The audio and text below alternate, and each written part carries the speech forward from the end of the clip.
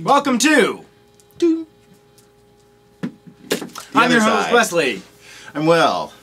Today we're going to talk about Comic-Con and late Comic-Con review. So much information came out. So no, just real fast, not to get us off the rails right at the beginning. Okay, so I've been playing The Witcher, work on the review for that, playing Mortal Kombat to get the review for that. Did you enjoy that? No. The Witcher? Oh, The Witcher, yes. Yeah. Mortal Kombat, not so much. Got a question here. Why the fuck have we had to wait a month for an Ant-Man review?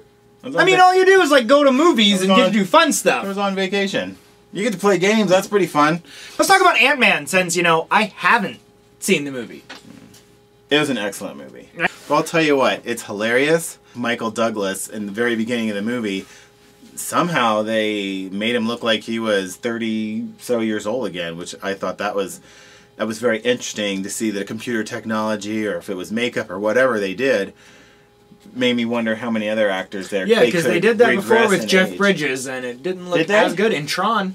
But it doesn't look. Right. It doesn't look as good. It's fine when he's a computer character, because it's fine that he looks computerized. But in the beginning, he looks really good. I was like, Paul Rudd ends up being shanghaied from his criminal life into basically using his criminal skills to steal some a costume. Anyways, I love the technology of Ant-Man shrinking into the ants. I loved him working with the ants. It was a hilarious scene when they're introducing new different ants to him and their different abilities. And when they send Ant-Man on his mission to get a piece of technology, he ends up running into Falcon, and there's a pretty cool altercation. The fight was cool. Watching Ant-Man be able to shrink and mess with you in the middle of a fight was really cool. We got our first Spider-Man reference when Falcon's looking for Ant-Man later on in the film. He asked some reporter some questions, and she's talking about they got a character that they got someone that swings, they got someone that can, I think it was jump high, and someone that climbs walls. So I thought that was really cute. And then one of our post-credit scenes with the Wasp, which I thought was awesome. So obviously we know now that Paul Rudd's going to be in Civil War. Yes. And I think it'll be a great addition to the Avengers. I thought it was hilarious, like Guardians of the Galaxy. Again, I didn't have any expectations for Guardians of the Galaxy. That movie made me crack up, and so did Ant-Man. So it was a good flick. I definitely, over the last couple that I saw, I would definitely go see Ant-Man. Oh, good.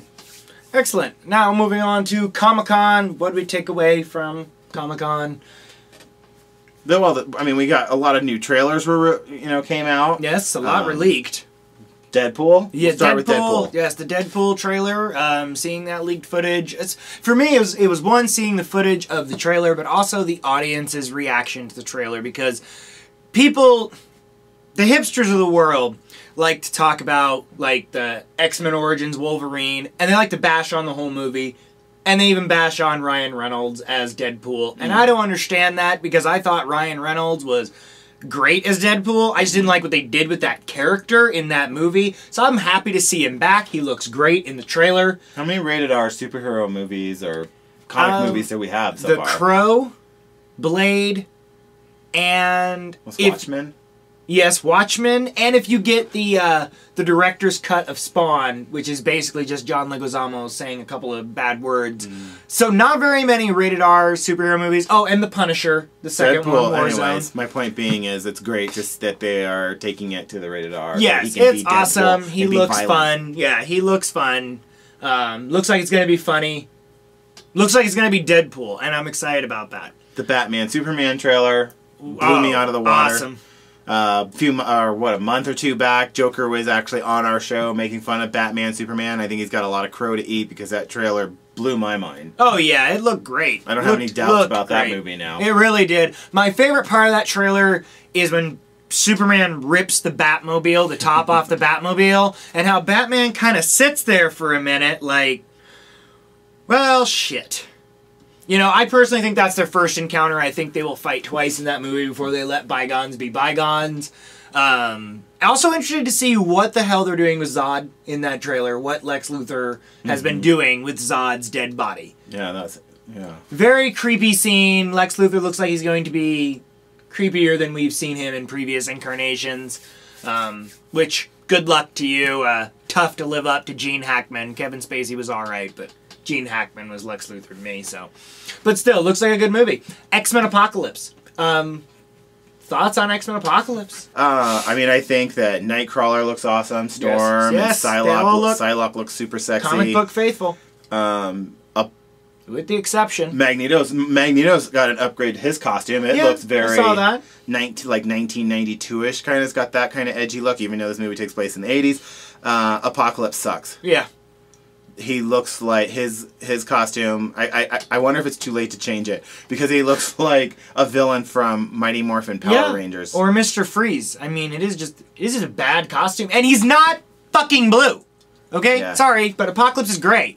So who fucked that up? Every version I've ever seen of him, he was gray. Me too. He wears blue armor. I take that back. He was blue, and I think X-Men Evolution. Was it X-Men Evolution, the one where they were kids? The cartoon? Anyways, yeah, the doesn't cartoon. matter. He's gray. I was disappointed in Apocalypse. Everything else was great. He's very short, very diminutive. Apocalypse, very diminutive. Most powerful. You know, in the world. because if you watch the trailer, he's standing next to Psylocke and Storm. I don't get the Apocalypse feel from him. I was wondering why they didn't. I can understand they did the same thing with Sabretooth. Where Sabretooth's supposed to be bigger and more menacing. Schreiber. Yeah, and then of course we saw it again with Bane, so that's like 3. But yet the Green Mile took a character who was not really that tall and made him look like a giant. Easily. So, I can understand wanting to cast the actor that you want, but tweak his do something. Anyways, he just didn't look. Maybe that's me being over geek, but I don't like the way he looks, and I don't either. I mean, this character I waited a long time to see, and he just doesn't look right. Anyway, whatever, that's our own personal opinions. Star Wars showed up to Hall H. Of course, everybody knows this by now. And to me, that was my favorite part of Comic-Con. Even though we had all these great trailers, getting to see the little behind-the-scene video. We finally got to see R2. We got to see Leia in her, in costume and stuff. And Harrison Ford appearance. Showing up. And him and Carrie Fisher kissing, I thought was really cute. And then they had that big concert after Hall H where everyone went to listen to John Williams perform Star Wars. Took the whole Hall H out to see a concert. Yeah, pretty awesome. I can't wait for this movie. And we're only a couple... Me neither. We're only a couple more months away. The Suicide Squad trailer was good. Oh, yeah, Suicide Squad. Yeah, it was fun seeing Harley Quinn, seeing Will Smith as Deadshot, finally seeing Killer Croc, which I always thought was a really interesting character. Very excited about Killer. And seeing, Jared Leto's Joker at the tail end of the trailer. Yeah, which, what'd you think?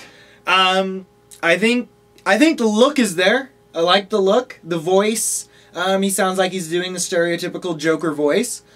I personally, I'm not even going to mention the comparison because we all know the comparison. And is he going to live up to it? No. But does it look like he's going to have fun with the character? Yeah. I was, it's also, when I saw him, I was listening to him, it's kind of like the evolution of the Joker from your Jack Nicholson, Heath Ledger to Jay, and I think he's gonna do good. I think he's gonna do good. Yeah, I have no. I mean, he knows the pressure that's on him. There's no reason to compare it. 2016 is gonna be such an epic year for movies. From That's the Other Side, and we're out.